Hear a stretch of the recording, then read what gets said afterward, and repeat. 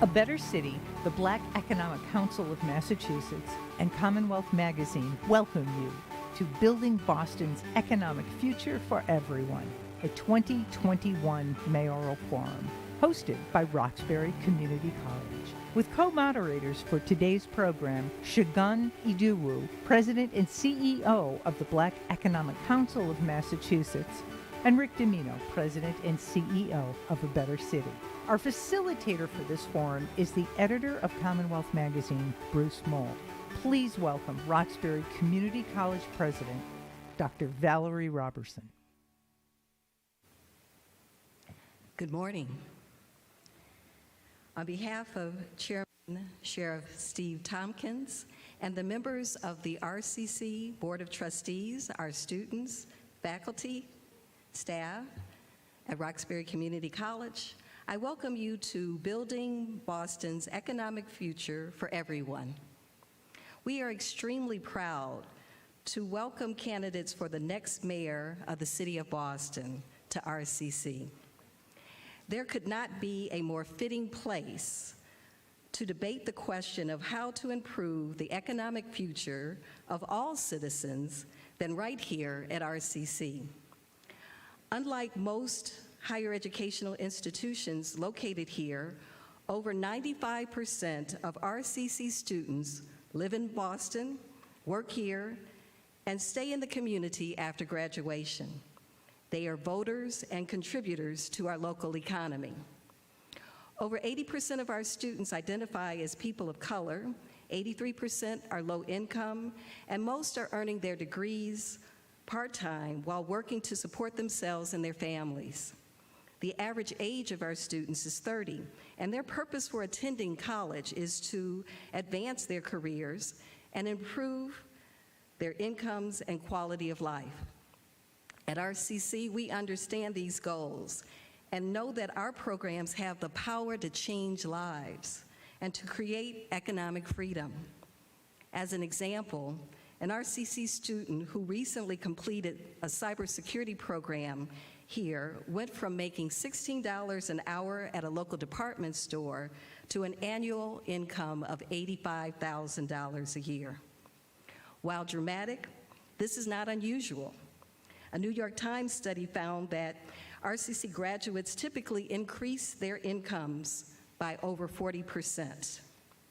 In addition, RCC has a positive effect on our state and local economy.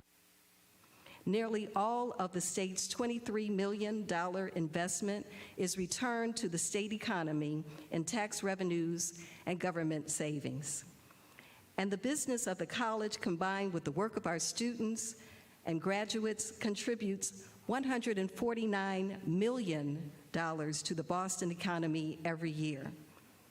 Candidates, I look forward to hearing your remarks and working with you to ensure that the economic disparities that have long existed here are narrowed for the benefit of our students and our entire community. In closing, I'd like to thank our partners working with RCC to make today's forum possible. And now I'd like to introduce Segun Idowu, President and CEO of BECMA.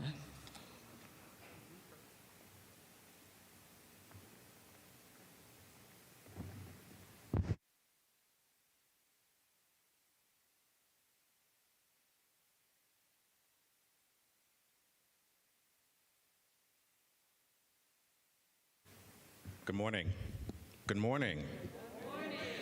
It's great to see all of you. First, my name is Segun Idowu. I have the privilege of serving as the President and CEO of BECMA, or the Black Economic Council of Massachusetts. Our mission is to advance the economic well-being of black businesses, organizations, and people, and we achieve this through our advocacy work, through business and leadership development, and through building strategic partnerships. And today we're proud to represent the over 2,000 black-owned employer firms in the Commonwealth who are keeping 17,000 people off of unemployment and generating $2 billion in revenue every single year. I want to start by Roxbury Community College and you, Dr. Robertson, for opening your home to us this morning. For BECMA, RCC was the event in February 2020 before the pandemic hit, and now it's the venue of our first major in-person event since the pandemic began. We ended black, we're starting black, so we're proud of that partnership. I also want to thank A Better City and Commonwealth Magazine and Dental for extending this opportunity to partner on this important discussion. In particular, I want to thank Turner from ABC, to thank Mike from Dental and to thank Bruce from Commonwealth Magazine. And I want to thank my own team, Courtney Brunson, who's been leading from our side, as well as Christopher Sani and Tima Dasuki and Sam Gebber and so many others on our team who helped to make this event possible. And finally, I want to thank our board of directors, in particular Keith Cheney, who's here this morning, and the candidates who are here to participate in this discussion. We know that on a day like today, especially where all of you are parents of BPS students, that this has been challenging, and so we appreciate your giving your time to us today. And finally, I want to thank all of you who are tuning in person or those who are streaming online. We appreciate your tuning in and taking part in this discussion. In my remaining moments, I only want to say this. As a lifelong resident of the city of Boston, this election is not only an important one, but it's deeply meaningful and personal to me. Not only because in the 200 years since the city's incorporation, for the first time in the annals of the treasured and troubled tale of the city, the chief executive officer will not need a crash course in understanding the plight and experiences of over half of the city's population, but also because after 20 years of the great Mayor Menino and the last 7 years of former Mayor Walsh, now Secretary Walsh, we as a city have a unique and exciting opportunity to select and elect our next partner who will help to shape the next 200 years of Boston's history. No pressure. 10 years ago, I saw my grandfather for the last time on my last trip to my last semester at Morehouse College, and it was at that time that he shared with me that bit of wisdom that I repeat everywhere I go, that we cannot and must not confuse motion with progress. That is the lens that I'll be using to judge not only the responses that we received today, but the candidates overall, and I hope you'll join me in using that lens as well. Motion is resting in celebration at first person of color or first woman. Progress is an affordable place to live, a decent school to send your children, eliminating the racial wealth gap, and a transit system that works. As you deliberate in your head and in your heart this weekend who you will support next Tuesday, September 14th, I invite you to join us today in determining whose platforms and policies and plans and pronouncements will wrestle our city away from its desperate embrace of symbolism and move us toward a city that is committed to substance. Let us no longer be a city that is progressive in name only, but rather let us find a partner on this stage whose decisions will ensure that at the end of their administration, we are finally able to proclaim that we are indeed a shining city on a hill. Thank you all very much.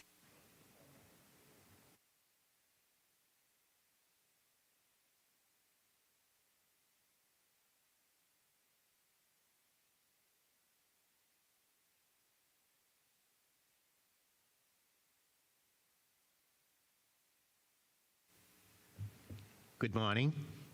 Good morning. My name is Rick Dimino. I'm the president and CEO of A Better City. And A Better City is a business organization that focuses on the built environment.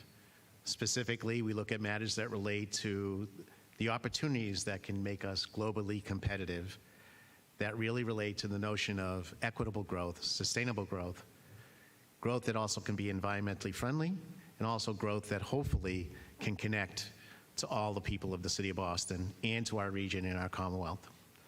Boston has been the economic engine of Massachusetts and New England for years. Boston has been the center, if you will, of job growth for that region and for our city. Prior to the pandemic, Boston was one of the fastest growing economic centers in the Northeast. And we were proud to see that happen, but while that growth was taking place, we realized that we needed to do better in terms of connecting that economic growth to all the people who live here. We're very fortunate to have these great candidates on the stage with us today. Each one of them in their leadership is exemplary. We look forward to having them be engaged in this mayoral contest, and we look forward to one of them finally achieving the office of mayor. This forum today could not happen without great partners, and I really mean that. The Black Economic Council of Massachusetts, Commonwealth Magazine, Dental Line Worldwide, and of course our hosts here at Roxbury Community College. We're fortunate that Dr. Roberson serves on the board of A Better City, and her leadership has just been tremendous in helping to remind our organization of business leaders that influence the economic output of Massachusetts across all sectors, that we need to be reminded that we have a responsibility to connect to all of our people and all of our populations and make sure that the economy of the city is economy for all. Dr. Roberson, we thank you for that. Thank you so much. And again, our partners, Segun has been incredibly, we learn a lot every time we partner and collaborate. The Black Economic Council of Massachusetts has really elevated us. A Better City stands ready to partner with that great organization, and we're so fortunate to really see them take a valuable and active role in reshaping our state and reshaping our city to be one of the best that we could possibly be. We've partnered with Commonwealth Magazine in the past. What a truly great publication. Bruce Moe will be helping to moderate this. We're looking forward to his engagement. I'm sure the candidates will be on their toe, as Bruce and I and Segun put you to a test. And again, I want to thank our candidates. I'm lucky to know them. I'm lucky to have had a chance to work with them. I grew up in East Boston. I got actively involved with politics when I was a teenager. I was mentored by some of the best in terms of, in theory, learning how to be an activist. These candidates are activists. They are absolutely specially qualified for the opportunity to be mayor. As a kid activist, I couldn't be prouder to see them again be on the stage, and look forward to working with all of them. I'll tell one quick story. Being in East Boston, you're kind of, as a kid, you're just embraced by incredible amounts of transportation infrastructure, the airport, the highways. So it's not unreasonable that I decided to be a professional in transportation. So today, the transportation still needs to unfold to be a 21st century transportation system. And so I'm looking forward to seeing how we can have that conversation today, together with growing our economy and making sure that economy connects to all of the people of the city. Again, thank you so much for joining us this morning. Thank you to the candidates, and we'll go on with the rest of our program. Thank you so much.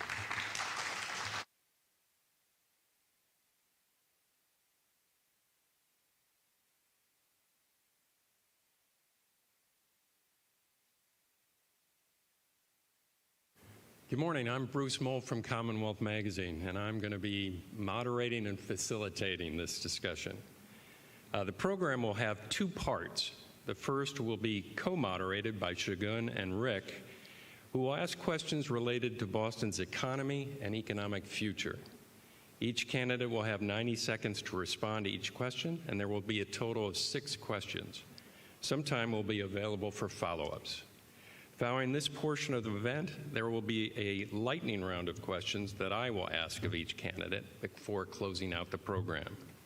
Please note we will be adhering to the indoor mask mandate and have asked all those present on stage to keep their face coverings on unless they are speaking. We have all those present on stage placed 6 feet apart. Now it's my pleasure to introduce your 2021 Boston mayoral candidates. From your left to right, John Barros on the left there, Councilor Andrea Campbell, Councilor Anissa Isabi-George, and Councilor Michelle Wu. Acting Mayor Kim Janey is not here. Her staff told us last evening that she would not be able to make it because of the first day of school. Segun, you have the first question. So, first of all, great job last night. And one of the first questions we wanted to make sure we asked was around business, because that was one of the topics that we didn't really get to address last night. And as the Black Business Advocacy Group, this of course is something that we are keenly interested in hearing your plans on. So first question, I'm going to start with Mr. Barros and move down the line here. COVID has revealed, when it comes to particularly businesses owned by people of color, that our businesses were not just small, but a lot of them are micro in nature. And so when COVID hit, the issues we were facing before were exacerbated. As we think about the economic recovery, we need to make sure that we're strengthening these businesses. So for existing businesses, helping them grow in size, but then also the new economy that is emerging here in Boston and the Commonwealth, that there's adequate participation of our folks in those industries. So I'm wondering from you, your plans to ensure that we're strengthening our existing businesses, particularly those owned by people of color, but also ensuring active participation of entrepreneurs of color in emerging industries. Thank you for the question, Segun. It's an incredibly important question. First, I just want to thank the partners for bringing us here today, and Dr. Robertson for hosting us at RCC, a historic institution, very important institution in this community. It is important that we support small businesses. As you said, the small businesses represent the most diverse sector of our economy. In fact, it is where we have most ownership of Black and brown entrepreneurs, women entrepreneurs, and they're the lifeblood of our economy. That's where we do most of our local hiring. It's where we do most of our local economic transactions. I surveyed small businesses in a small business study as the Chief of Economic Development for the City of Boston. What came back from small businesses and continues to be true is that small businesses, most of the micro businesses, have a hard time of accessing capital. They're in dire need of capital, and so during the pandemic, it was clear that if we didn't provide direct financial assistance to our small businesses, we would lose most of them. In fact, today, 24% of our small businesses are still closed, and some of them have reported that they might not reopening. That is a problem. I stood up 6 different funds during the pandemic to support small businesses through the pandemic. One of them was a certified small business fund, directly going to people of color-owned businesses and women-owned businesses. We need to make sure, in fact, that we continue to support our small businesses through direct financial assistance. And then the other thing I did was to make sure that we had a marketing program that moved people from the downtown area, which would be the typical tourist location, to our neighborhoods where most of our small businesses are. Thank you, Segun, and thank you, Rick, and of course both your organizations, and of course Dr. Robinson, thank you, and this incredible institution for co-hosting this conversation. And thank you to everyone who is here in the building, and thank you for being here on time. I respect that. So thank you all for being here, and of course everyone who's watching. This is a critical issue. We know that businesses run by people of color, namely those in the BIPOC community, especially Black and brown residents, they not only are creating wealth for themselves and closing the racial wealth gap, they're closing unemployment rates or decreasing unemployment rates. They're creating jobs, particularly in communities that desperately need it, particularly coming out of COVID. I live in Mattapan. I cover Dorchester, Mattapan. In Dorchester right now, we have some of the highest rates of unemployment coming out of COVID. A few things we can do. One is immediate relief. We've been talking about that. We absolutely need to expand that business fund. We need to make it easier for folks to apply for those resources through technical assistance. Critically important to get folks the supports they need right now. The second, the City of Boston has to lead. I know you've been doing this work. We have a long way to go. Not only, of course, in making sure businesses have access to capital to not only grow in their neighborhoods, but to expand, which we can do, including using some funds from the cannabis tax fee. We also need to provide technical assistance, make sure we're providing contracts, unbundling those contracts. And when the City of Boston leads the way, then we push the meds, the eds, the private sector, and other institutions to do the same. And not just to diversify their supplier relationship, but their business relationship. Who's the lawyer? Who's the accountant? Really important as well. So I think this sort of 3-tier response is what I think will save the day in many ways, not only for businesses right now, but long-term allow them what they need to get into these new industries, including life sciences and biotech. When we think about the challenges and the devastation that we faced over this last year and a half in particular, but also the continued isolation and disenfranchisement of our locally owned businesses, especially those of color, we've got a lot of work to do here as a city. And I think a lot about the opportunity that the ARPA funds are presenting us as a city and certainly as a Commonwealth, and the work that we need to do around some very direct investments. First and foremost, businesses, especially those owned by people of color, have struggled to stay afloat. As John mentions, 23% of our small businesses here in the city of Boston have not reopened, and many may not. We have to make sure that we put tools in place and resources in place to help those businesses stabilize and strengthen. I know that entrepreneurs want to grow. They look for that next opportunity. We need to embrace and support the opportunity for new economies to exist on the other side of this pandemic. We also need to make sure that as a city, we are opening our doors to small businesses in this city, particularly those owned by people of color, to do business with the city. As an at-large city councilor, I have filed a home rule petition that will help change state law so that businesses owned by people of color and women, and also let's not forget our veterans who are in small business, creating opportunities for them to do business with the city of Boston. So it's about making it easier to interface with the city, interact with the city, and do business with and in the city of Boston. Thank you. I want to echo the thanks to all of the organizing partners and everyone who has spent a lot of energy convening this and for the chance to dig in on these issues. You know, when we talk about business creation and growth and closing the racial wealth gap through that equity and generating wealth in our communities, there is no more direct and substantive tool that the city of Boston has at the city level of government than public contracting. This is an issue that I've been leading on in partnership with community organizations like BECMA, in coalition with many, many leaders and activists for years at this point. What started as anecdotal stories and a constant feeling that businesses owned by people of color just simply could not get access to the many, many dollars that city contracts were worth became accountability when I teamed up with then Councilor Ayanna Pressley to pass the very first piece of legislation that would require reporting out.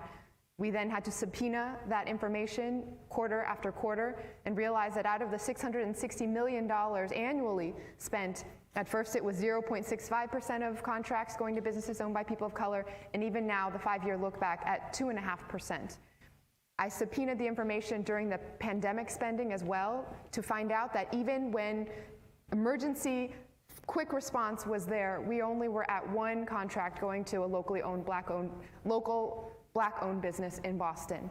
And so we need to recognize that this is a moment for city contracting to tap into the opportunities that are here. Let us fill all of these vacancies with local BIPOC businesses. Let us ensure that we are leaning into the arts, culture, and restaurant scene that is so fundamental now to getting downtown foot traffic back into our economy, and ensure that the city of Boston is not only using the tools we have directly, but convening those conversations around the larger economy. Rick, why don't you take the next question? Campbell. Again, thank you.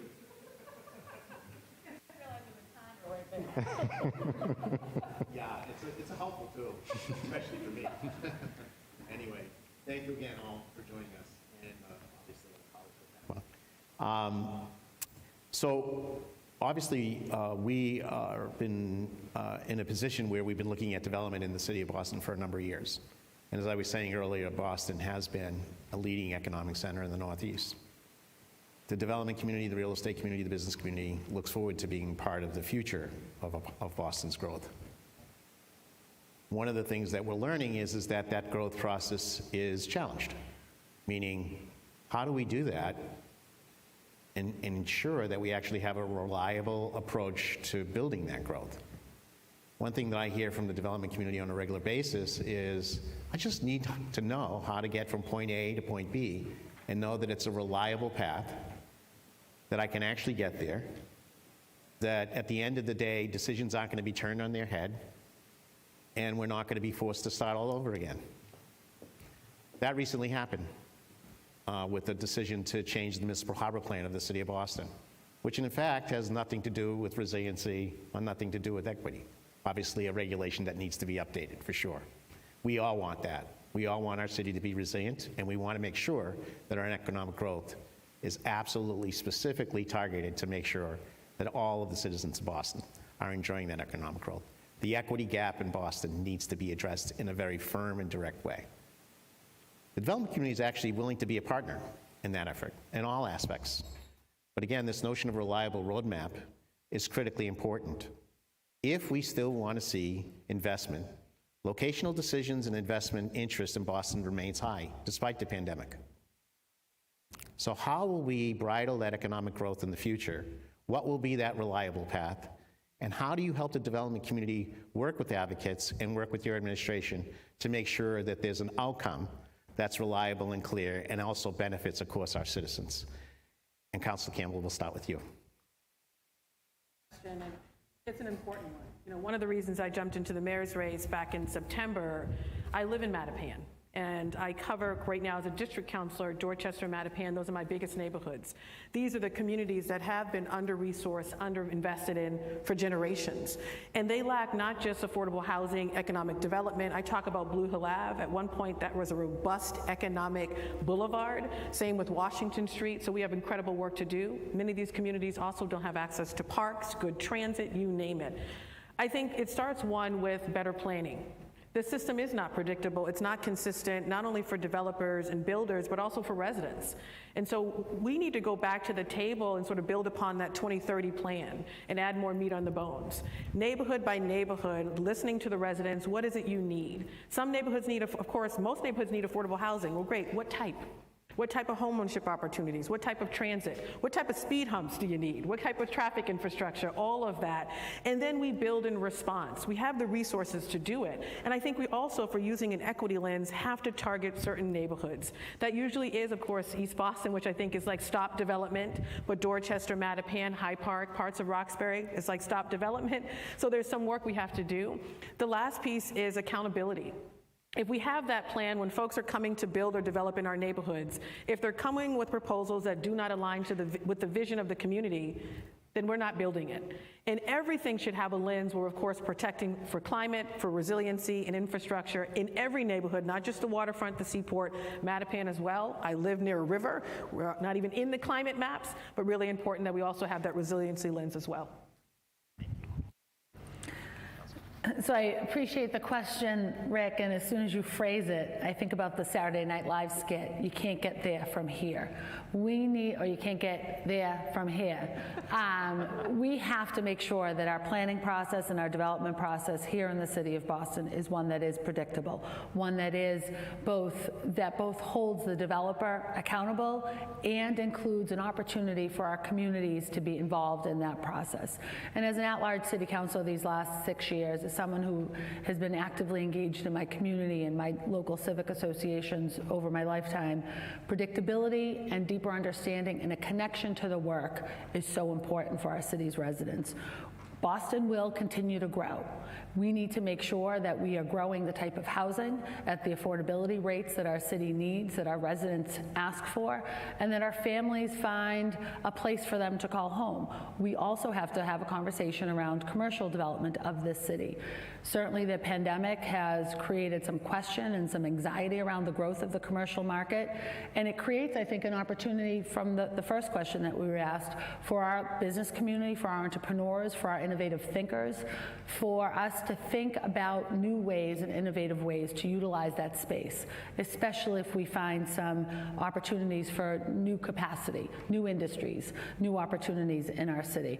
And it has to be, and to Andrea's point, it has to be not just about the downtown, it has to include conversations about our neighborhoods across our entire city. Growth will continue in this city. What it looks like has to be, again, predictable, the process has to be transparent, and we have to hold each other accountable to the process that we define. Councilor?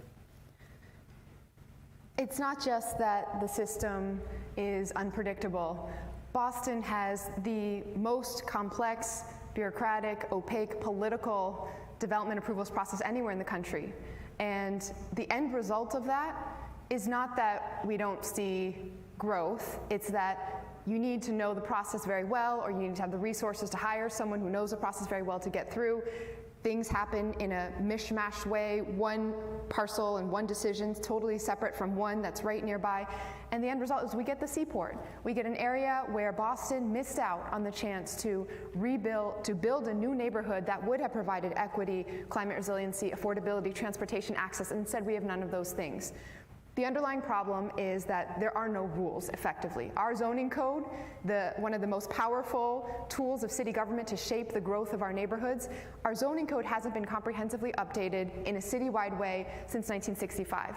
And that means every single conversation, every new building, 95% plus of new construction requires going before a set of agencies to get approvals, special exceptions, waivers, variances from that outdated code, either from the ZBA, the Zoning Board of Appeals, or the BPDA, the Boston Planning and Development Agency.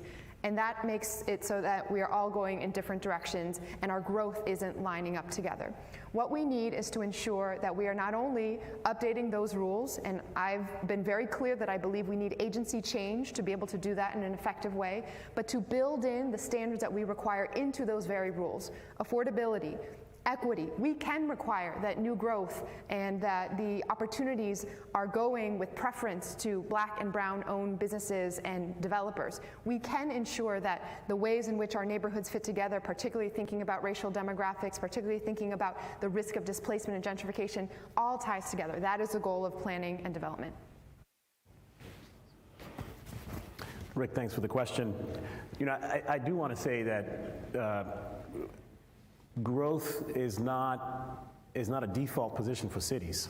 It's not that cities just continue to grow. You actually have to design cities and design policies and be in a disposition where your city grows. And if your city's growing, you're lucky, because a city that's not growing is in real bad place.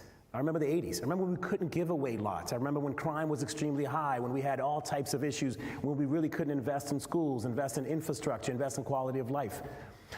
I, as Chief of Economic Development, am proud of the work that we've done, proud of having attracted more than 140,000 jobs and bringing down unemployment to 2.4%, and allowing us, in fact, to invest in schools, invest in workforce development, invest in housing, moving this city to having the largest percentage of affordable housing in any city in America.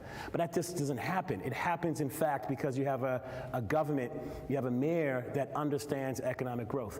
When I was asked to be Chief of Economic Development, I came in with an agenda to center community planning in city growth, to make sure that equity and inclusion was part of the conversation and the policies we were talking about, which is why I was proud to be co-chair of Imagine Boston 2030, framing a citywide set of principles and a vision for where we can go. We now need to do neighborhood planning. We've started some of that. We need to do neighborhood planning throughout the city that then moves to rezoning. But the neighborhood plans need to then be adhered to with the city. There is a gap between what the neighborhood plans and what private development can play for. We need to make sure that we step into that gap and that we provide what the neighborhood and the community is planning for, so that there's fidelity to the neighborhood voice. I was honored to be the executive director of the Dudley Street Neighborhood Initiative and be a head of a planning agency in the community, work with the city to realize that plan. As mayor, I would continue that. Thank you all. I want to shift to education. So I'm a proud graduate of Boston Public Schools. I went to, of course, the second best school in the city, the first, of course, being Madison Park. I don't know if the students are here, you know. But I cannot remember a day or the first day of going to school of it being smooth. There was always something wrong. It was always a tumultuous day. And given that today is the first day of school and folks are experiencing some troubles, I'm wondering, and I'll start with you, Councilor Sabi-George, your specific plan to ensure that by the end of the first term, in our lifetime, we will see a much smoother first day for parents, students, and commuters in the city. Well, first, it can't wait until the end of my first term. It needs to be the next first day of school will be smooth. And I want to go back to the Madison Park reference, and I'm not quite sure where you went to high school. What is the second best high school in Boston? Boston High. BLA. Well, this morning was the first day of school for our household, and as my boys get older, my 16-year-old just started his junior year, my triplets just started their sophomore year. They're less and less excited about that first day of school picture. It is posted on social media. Go check it out. They're so happy. Madison Park should be the gem of our school system, and I'm committed within my first 100 days as mayor of the city to roll out a strategic plan around Madison Park. And it should be a gem and a resource for the students who attend there today, and we should be making sure that it's more than just the kids that are there today, that we have opportunities for after-school programming, afternoon programming, and evening programming. That should be a 16-hour-a-day campus, and it should be more than just the construction trades and the culinary arts and some of the other programs that exist there. It should be a direct pipeline to the workforce. It should be a direct pipeline to these new industries that want to come to Boston, that are arriving in Boston, but looking for talent. We have the resources. We have the human capital in this city. We just need to make sure those partnerships exist with Madison Park around the green economy, which is so important and such an awesome opportunity for our young people, around life sciences, which are coming to our city every single day, around the financial industry services, around the healthcare industry. Those partnerships are critical to the future of our children, of our city, of our communities. And we talk about closing the wealth gap. We do it by creating these opportunities in that direct pipeline. And I see that I've used up all of my time. I want to talk so much about education as a former educator, someone who spent 13 years in the classroom, and as someone who graduated from what I think is the best high school in the city of Boston, the O'Brien, back when it was Boston Tech. Go Tigers. Yeah, today was a little hectic for my family as well, with the first day of school getting Blaze to first grade. The little ones start on Monday, day before the election, just in time. And for me, being a BPS mom now with my two boys, it's really my second go-round, having been involved in the district for a decade, raising my younger sisters as their legal guardian while my mom was living with mental illness. And so I've seen, as a counselor, I've visited every single Boston Public High School. When you sit down and are in those spaces with the school leaders, with teachers, with young people, there is a sense of instability that has permeated our district for a very long time. When Superintendent Katselius started almost 3 years ago now, she was the 5th superintendent in 7 years that BPS has had. At Madison Park, we have seen a similar turnover of school leadership. We need to get stability as a foundation for how we ensure that those little details that matter so much to families and to our young people are taken care of along with the big picture vision. I'm very excited to say we need to have a BPS mom in charge of our city. There's no better way to ensure that there will be a connection between the policies made in central office and the experiences of families on the ground. There are 3 of us on this stage that would apply to. And to think about what's possible for our Boston Public Schools in this economic moment.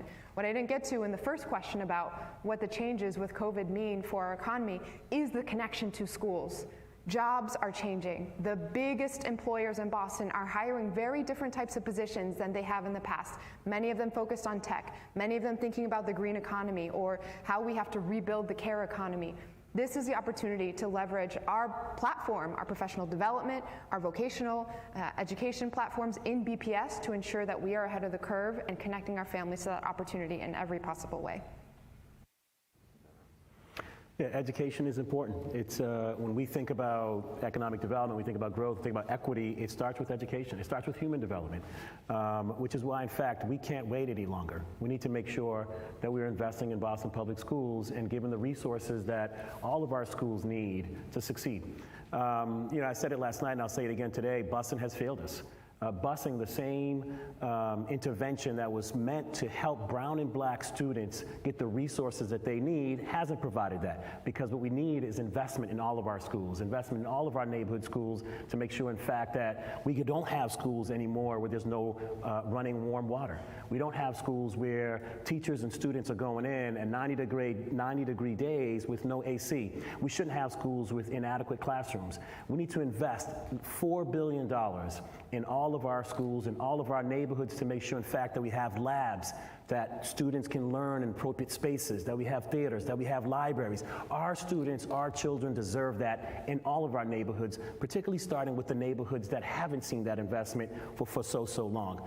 It is critical that we treat schools in the way that it is meant for them to succeed. Let's go to Madison Park. Madison Park hasn't had the room to breathe because it sits as one of 125 schools in the district, but it's trying to do different things.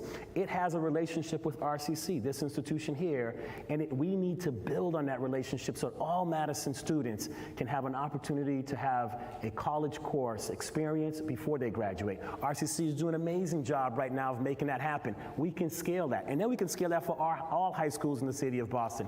RCC's program on green building tech. What an amazing gift for all Boston high school students.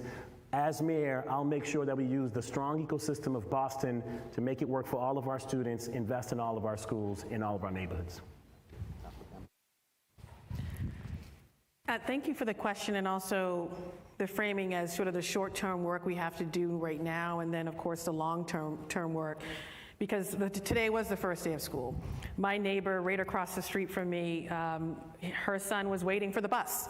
And I was like, I'll make a call and hopefully he'll be here soon, which is absolutely unacceptable when you think about parents are struggling in the midst of COVID, trying to get back to work. Many of these parents are working more than one job. And so it is incumbent that this over $1.2 billion system deliver excellent service to every single family. And the transportation budget is over $130 million. And it probably went up $1 million while we've been sitting on this stage.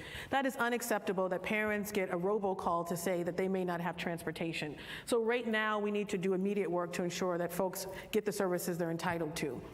I care deeply about education. I'm a product-only candidate that's a product of 5 Boston public schools. All of them were excellent, including Boston Latin School. So I always say that is possible for every family in the city of Boston. I also know and have felt the pain of when this system does not work for you. My twin brother Andre, who sadly passed away while in a state prison setting, he went to Madison Park. He went to Burke High School. We're still talking about how those schools are under-resourced today. I don't like just talking about the inequities. I'm the only candidate that put out a plan 3 years ago on how to improve this system, how to make sure every neighborhood had access to a quality school, including in Mattapan, Dorchester, and certain neighborhoods in the city of Boston. Talked about high school redesign and redesigning all of our high schools. We need more than one Madison Park for the jobs now and the jobs of the future. We need a VOTEC system.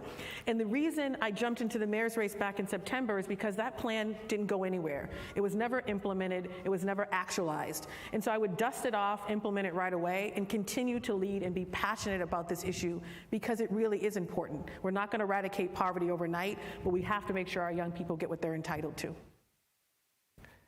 Thank you, Councilor. Running over. No. And Rick, I'm particularly emphasizing you. You stay on track. Oh, good. I'm always the time. I'm a time issue. But first, I guess I'll use a little of my time to say Boston Tech, brave, courageous, and bold. I graduated from there. Anyway, all the way from East Boston was a great experience. So, of course, I have to ask a question about transportation. What else is new? So the transportation is the cornerstone of our economy. It's critical, and it's critical to people where they live to connect to the jobs. And for too long, some of our neighborhoods have been waiting too long for the bus and not getting great access to transit. And if transportation is the cornerstone, the transit system is kind of the foundation of the rest of our economy. Before the pandemic, over 1 million people a day were using our transit system. 60% of the peak hour trips were being made on our transit system. Boston, as I mentioned earlier, is an economic center of the eastern part of Massachusetts, but frankly, the whole state, where people connect from our commuter rail to all types of transportation connections relative to where the jobs are. The transit system today is facing major challenges. And we would love to know, as mayor, especially in light of the fact that the legislators and the governor just decided to create a governance structure that does not include a City of Boston voice, how our new mayor will ensure that our transit system is serving the city and the region's interest, will help us make sure that our transit system is connecting to those transit deserts that exist in our city, and will help us make sure that the system is affordable and remains an economic cornerstone of our future. Our businesses rely on transit, our people rely on transit, so we have a governance structure that unfortunately will not have a City of Boston voice. At the same time, we have a federal government that's poised to invest substantial money into urban centers like Boston. Please tell us how you, as the mayor, would guide our city and our region to make sure that our transit system is a 21st century system and addresses these important challenges and opportunities. And I'll stop first, Councilor Wu. Thank you. And Rick, you very much went over your time, I saw. I'm going to use a couple of my seconds to give a shout out to Suffolk County Sheriff Steve Tompkins, who I see in the back, also very much involved in this institution. When I joined the council 8 years ago, transportation was very much talked about as an issue that was outside the purview of city government. It's a state thing, it's an MBTA thing, let it be. I moved to Roslindale and realized that the choices I had to get from Roslindale Square to City Hall were either at that point to wait who knows how long for the bus to come, try to squeeze on a very crowded situation in a bus that reflected the diversity of our communities, or I could walk a few minutes to the commuter rail, it would come exactly on time, it would be comfortable, but I would usually be the only person of color on the entire train car, right? 3 times as expensive to ride that. And so we see the inequities, the racial injustices borne out through transportation time and again, whether it's which communities we choose to bypass by building highways and surround with pollution from all the stalled cars, or where the gaps are. Now 64 hours more per year that black bus riders spend sitting on stalled buses compared to white riders.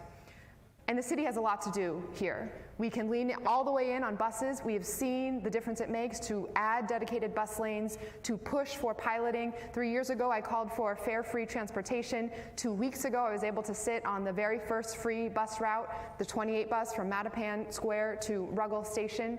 And we know that this makes a direct difference in climate, in equity, in connecting people to jobs, and improving our congestion situation. We need the mayor to lean in not just on what's immediately on our streets, but the big projects as well. Alston and the I-90 interchange and what that means for development.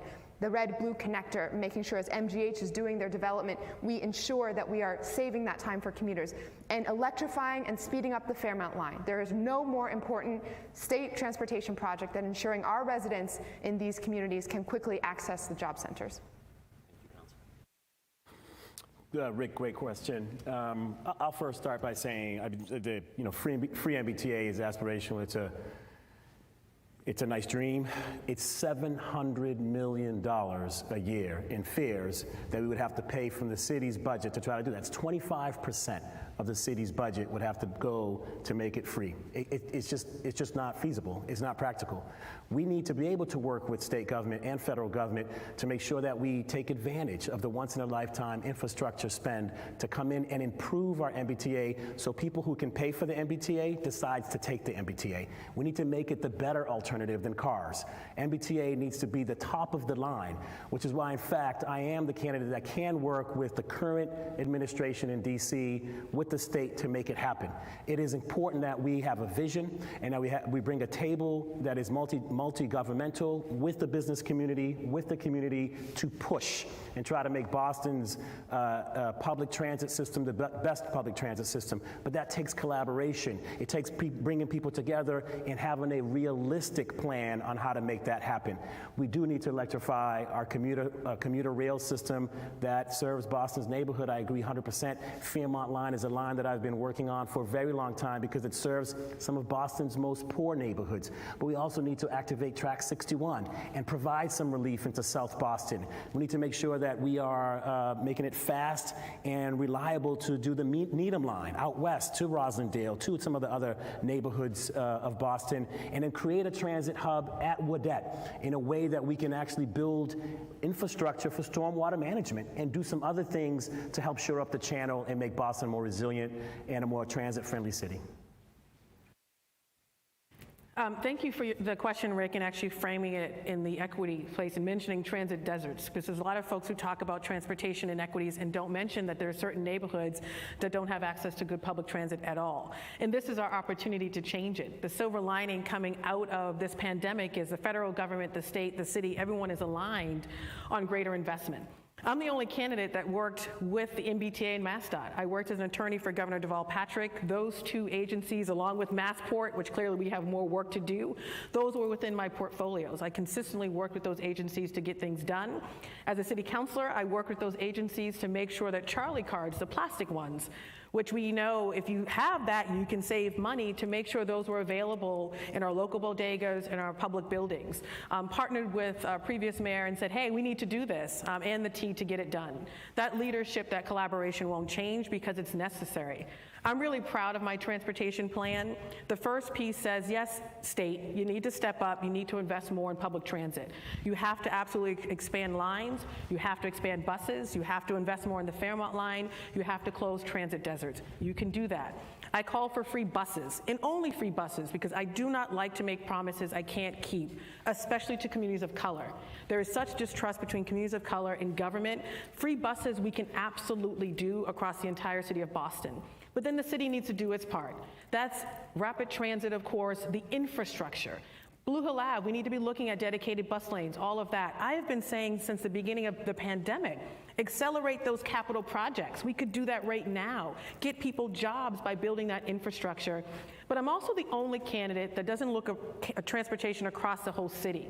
In our neighborhoods, I call for a 15-minute neighborhood, looking at economic development and transportation and how we can get scooters and folks to stay within their neighborhoods so they don't have to commute across the city, they don't have to cause more air pollution in doing that. So please take a look at my plan, because you can't do it in 90 seconds. Thank you. Very quickly, we need transit in our city and across our region that works. And when we think about public transportation, we think of it very clearly as a public good, but it needs to be good. And we need to continue to invest in the system, both rail, train, and buses across our city. We also need to make it easier for people to get around our city in other ways, make it safer for pedestrians to walk. We were asked the question last night at the forum, how would you get to City Hall on your first day if you were to use public transit? And I can very easily walk to the Red Line. I could also very easily bike to work. It's a pretty fairly direct route into City Hall. We need to make sure that that infrastructure is in place as well.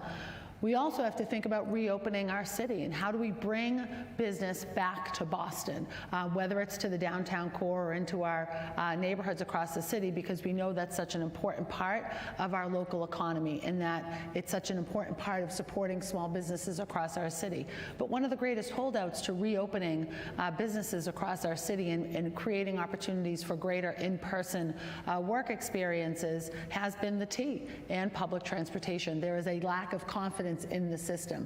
We need greater investment. We need to make sure that Boston has a seat at the table and that Boston is welcoming the T into our city's transportation department. As mayor, I will advocate for both of those things to happen. We will create space at the city of Boston, and I hope that the state will create an opportunity for us to engage there. And then there's fixes along the way, whether it's the north-south rail link, the light reconfiguration, especially along the Green Line. But across the board, we need greater partnership. And as mayor of this city, I see myself as the head lobbyist for the work of the city of Boston as it relates to the Tate. One of the things that causes issues on transit or that businesses are thinking about are making sure that their workers live near the jobs or that the consumers live near the business as well. And so housing, of course, is a huge issue in the city of Boston, but it's also not just Boston facing this. Major cities across the nation are experiencing soaring housing prices and rents. So I'm wondering, as the city itself is thinking through how to figure this out, and residents who have helped build the city, whether they're Black or Latinx or white blue-collar workers trying to figure out how they stay in the city they help build. I'm wondering how your housing plans are better than your competitors, and wondering where you've seen these plans work. Every major city is dealing with this, so we're wondering, how do you know that what you've come up with is going to actually address the problem? I'll start with you, Mr. Barros. Yeah, thank you very much. Housing is a big deal. It's the number one, I think, issue we have to deal with as mayor, because even as we talk about improving our education system or improving health outcomes, if you don't have stable housing, if a family doesn't have a roof over their head, then you're not ready to learn, and you're going to have major health disparities. We could trace most issues back to housing and economic instability. You know, I'm the only candidate up here. How my plan is different is I can point to housing that I've helped build. I've built affordable housing. I've worked with neighborhoods on community plans to talk about where we need density and how to grow. Growth is important. We have a shortage. We've grown as a city and we haven't kept up with the growth, and that's a big problem with our housing market. Now we need to build housing that works for people, that people can actually buy. That means we have to design the housing to be affordable. We need to make sure that we have the subsidies at the table so that we can work with development community, work with our CDCs and others to make it happen. That's why, as Chief of Economic Development, I was proud to work with the community advocates and the development community to increase our linkage fees, to bring more revenues in, to build more affordable housing, to bring revenues to do more in workforce development. It is critical, in fact, that we continue to use city assets to build pathways to home ownership.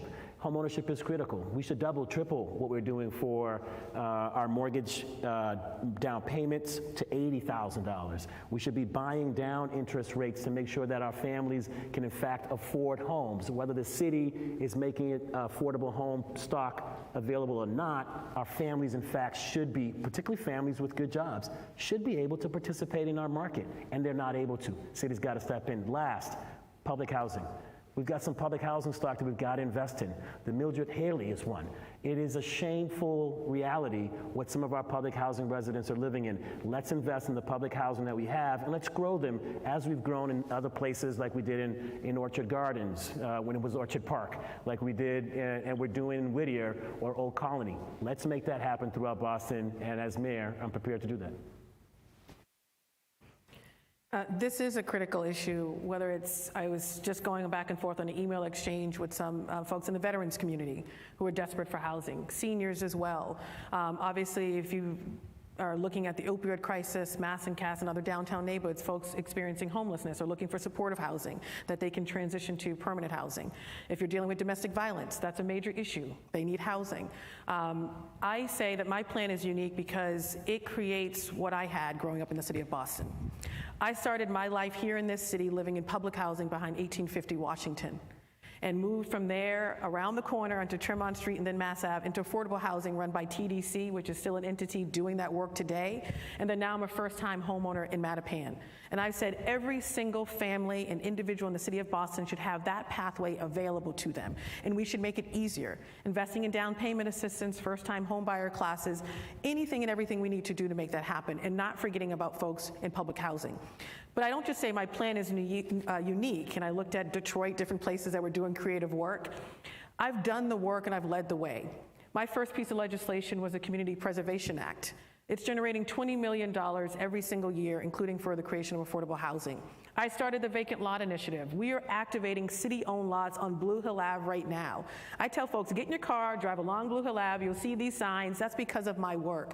30 of those parcels, most of them will be affordable housing and economic development opportunities for folks in the community. And I didn't forget about folks in public housing. Brought a program into housing, the Housing Authority, that is moving folks out of poverty, including Franklin Field and other places, into homeownership opportunities. I would invest more money into that. It took me 2 years to do that as a city councilor. I say if I were mayor, it would have taken me 30 days. That leadership and that sense of urgency won't change when I become mayor of the city of Boston, if blessed to become mayor of the city of Boston. We as a city, as a state, and as a country have talked a lot about the wealth gap. Here in Boston, we know what that wealth gap is between white families at $250,000, black families at $8, and Latino families at $0. And we can point very directly to housing and home ownership as a direct correlation to that wealth gap. We need to work to shrink and then eliminate that wealth gap. And we do that by creating greater opportunities for homeownership across our city and all of our neighborhoods, and across the diversity of types of housing in which we're creating for homeownership. We often talk about families. It's so critically important that we are creating more family-sized housing. We should also be looking for creating opportunities for our seniors, our older Bostonians who are overhoused in homes that they own, to size down but into ownership. That's critically important. We also have to think about and talk about why our Black families are leaving our city.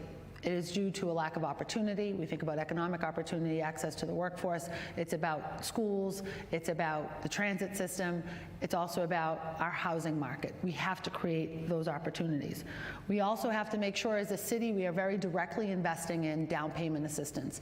I've committed to $1 million fund around down payment assistance here in the city of Boston. Home ownership, as John referenced, stabilizes children, families, and communities, and our city. It has to be a part of our focus.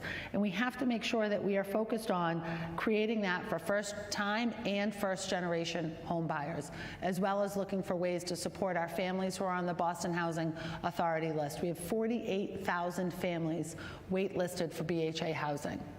That is a list we'll never get out from under without an incredible deal of growth in our city, especially around affordability. What I'm proudest about of our housing plan, I could say about all of our other plans, which is that it is urgent and intersectional.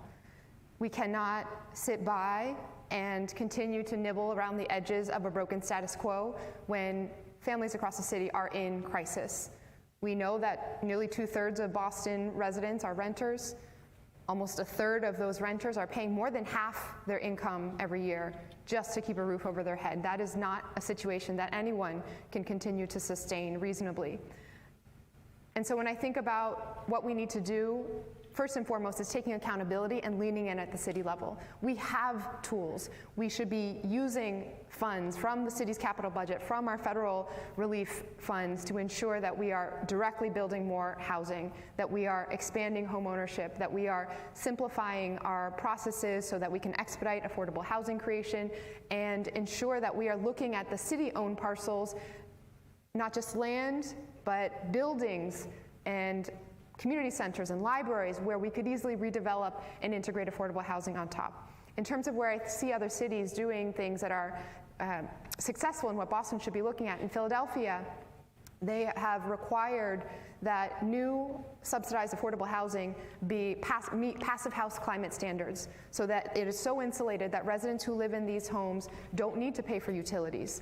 In Oregon, they have passed a law that not only allows for faster housing creation, but rent stabilization that keeps families in their homes. In Evanston, they're expanding payments, down payment assistance to Black families as part of a reparations program to directly stabilize and address the harms of the past and ensure that there are more families able to own their homes. And right here in Boston, we know that this works. Several of the families that I've spoken to on the campaign trail in the Fort Hill area and throughout our city were first able to buy their homes decades ago through a program where the city of Boston was making homes available and land available at low cost for residents who would stay there, be part of that community, and continue to contribute to our city.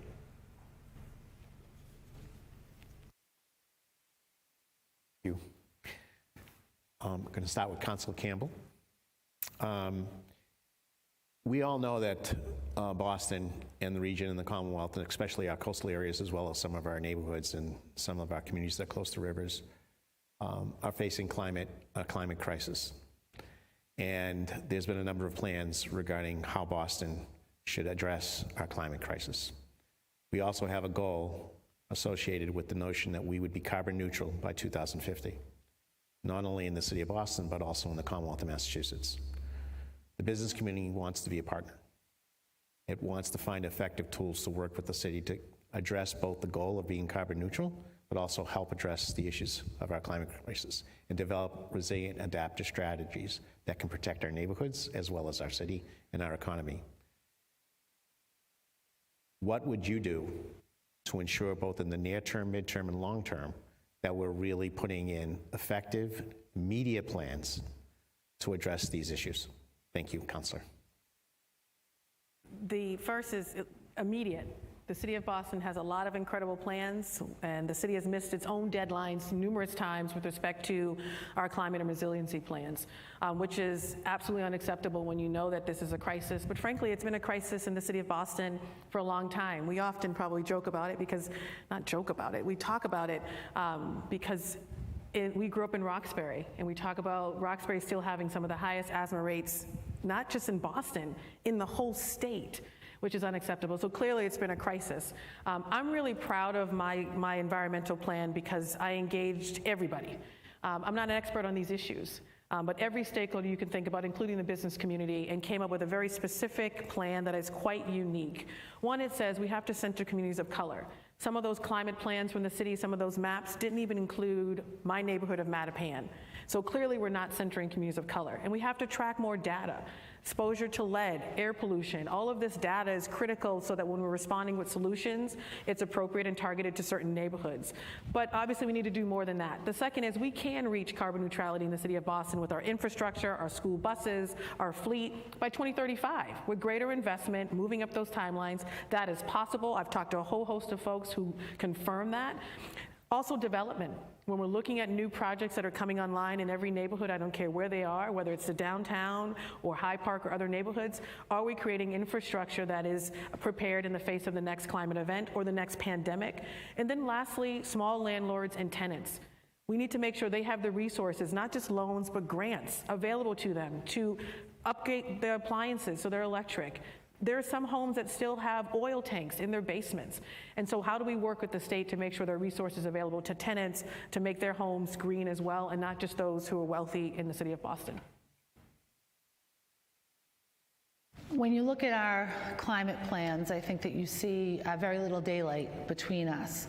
And when we think about the work that we need to do around climate action, it is most important that we are including those that are most impacted by the environmental injustices we are experiencing in this city.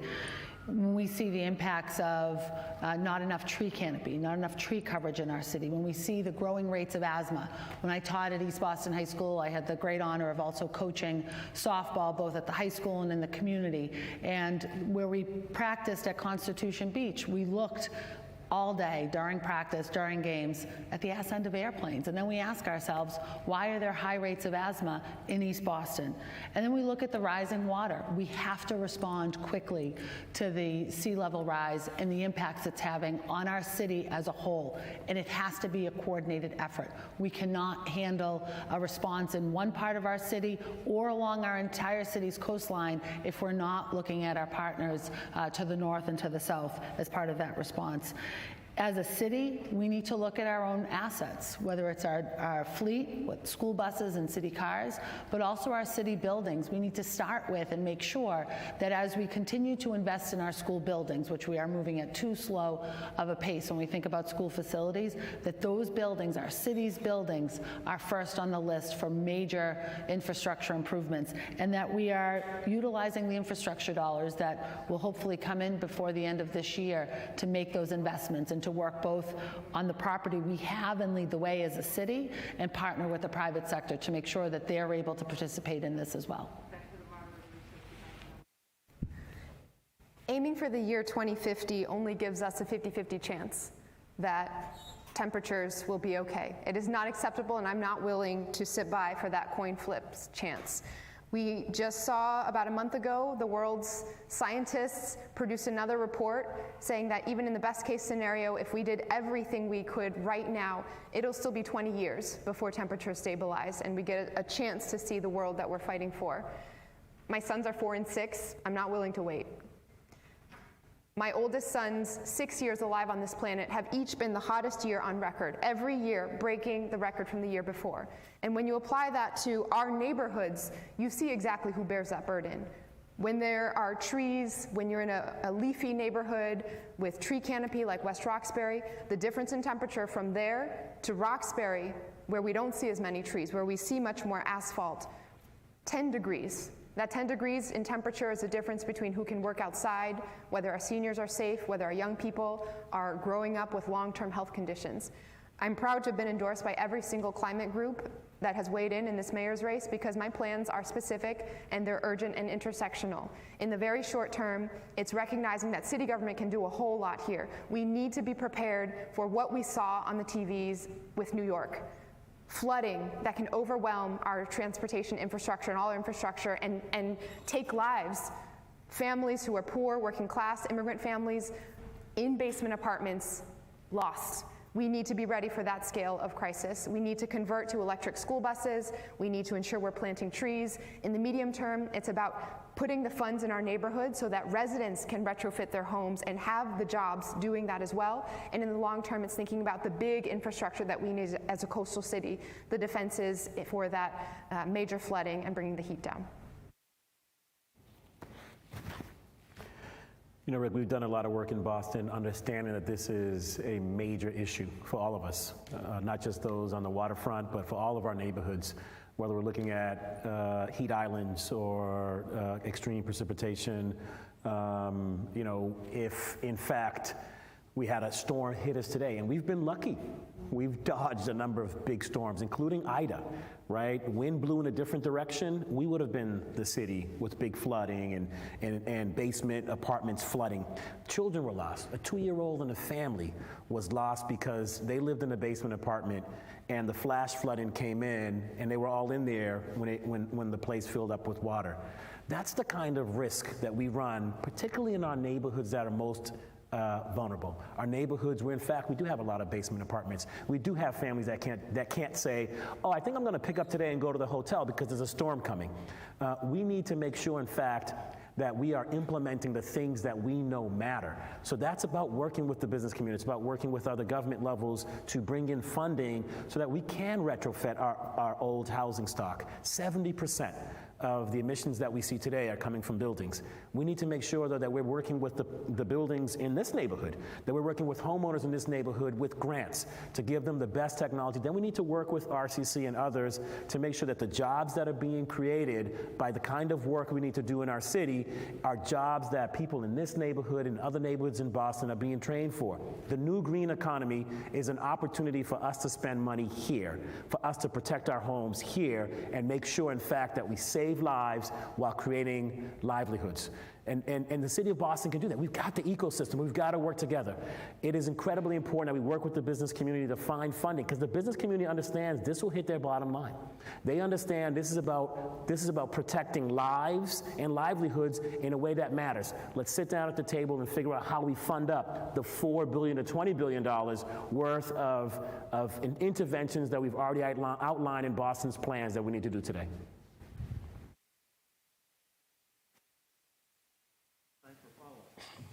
No, I don't think we do.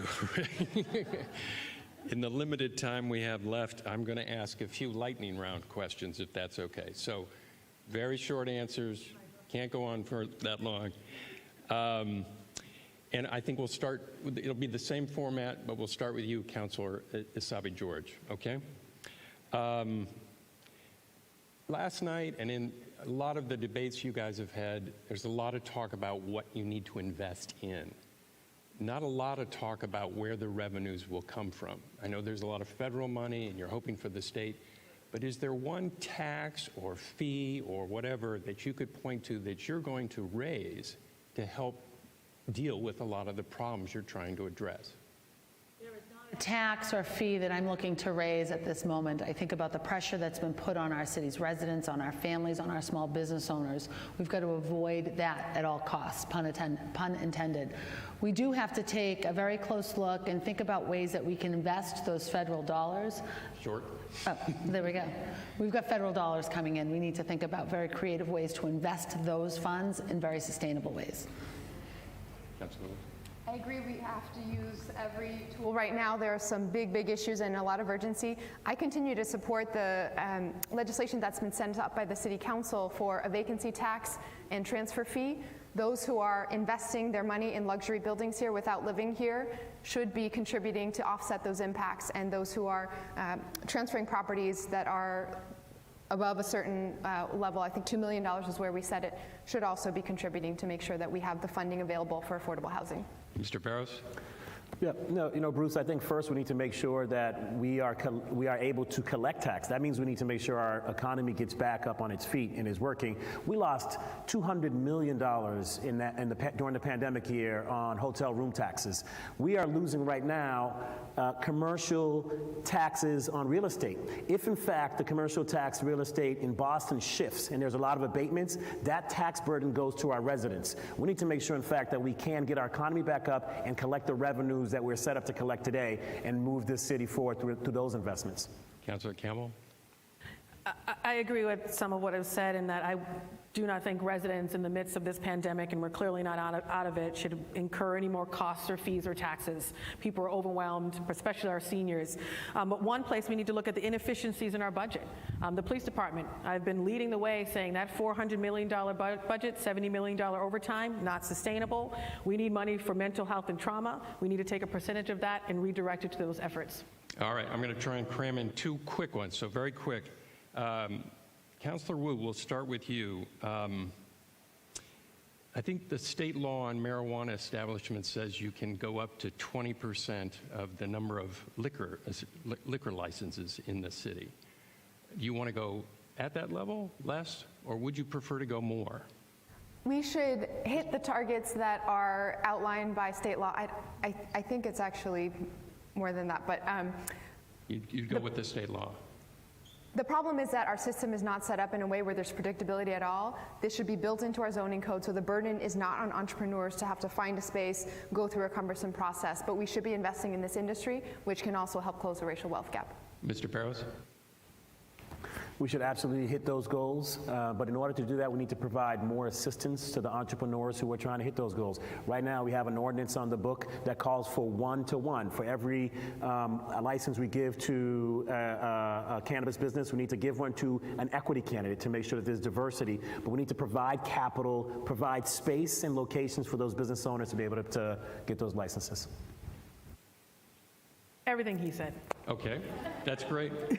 Councilor Savi-George? They said, we've set goals, and this is about cannabis, but about so much more of the work. We set these studies in place, we set goals, and we continue to fail to reach them. We've got to start hitting the mark on these goals. And one last question. In these debates, you tend to focus on the problems in the city of Boston. Let's leave the audience with a question about something you see as really positive. If someone was coming from out of town, where would you take them in the city of Boston? What's the one place you would take them to see? Mr. Barrows. Yeah, I think Boston has some amazing restaurants. Now, okay, granted, I am a restaurant owner in Dorchester, but I think we've got some amazing small businesses, restaurants in our neighborhoods that are places like, Midas and, Just one. Give me one. Just one. Check out Restaurant Cesaria on Bowdoin Street. It's a happening place. Go to his restaurant. I'm going to push back on you're exactly right. We're talking about inequities because they're real in the city of Boston, and it's about time we do. But the best thing about the city of Boston, and I always stress this, it took a poor girl from Roxbury. It gave me everything to go to Princeton University to be successful. The best thing about our city is we have all the resources, the human capital, the talent, the young people to make sure that every inequity we're talking about gets closed. Not every other city can say that. That's really special, and that's what makes the city so daggone great. Councilor? I'd say what's most special about our city as a whole is our diversity, is the differences that we share, and really the beauty and the wonder of our city. And after you eat at Cesaria, come learn how to knit or sew at the Stitch House. We're going to Franklin Park, and then we can schedule some food tours and shopping after that as well. But there's always something for everyone in Franklin Park, and more often than not, an important community gathering as well. So that brings us to the end of the program. I want to thank all the candidates for stepping up and running for office. You've done a great job. The preliminary election for Boston's mayoral race is next Tuesday, September 14th. We hope you've enjoyed today's program, and please vote. Thank you very much.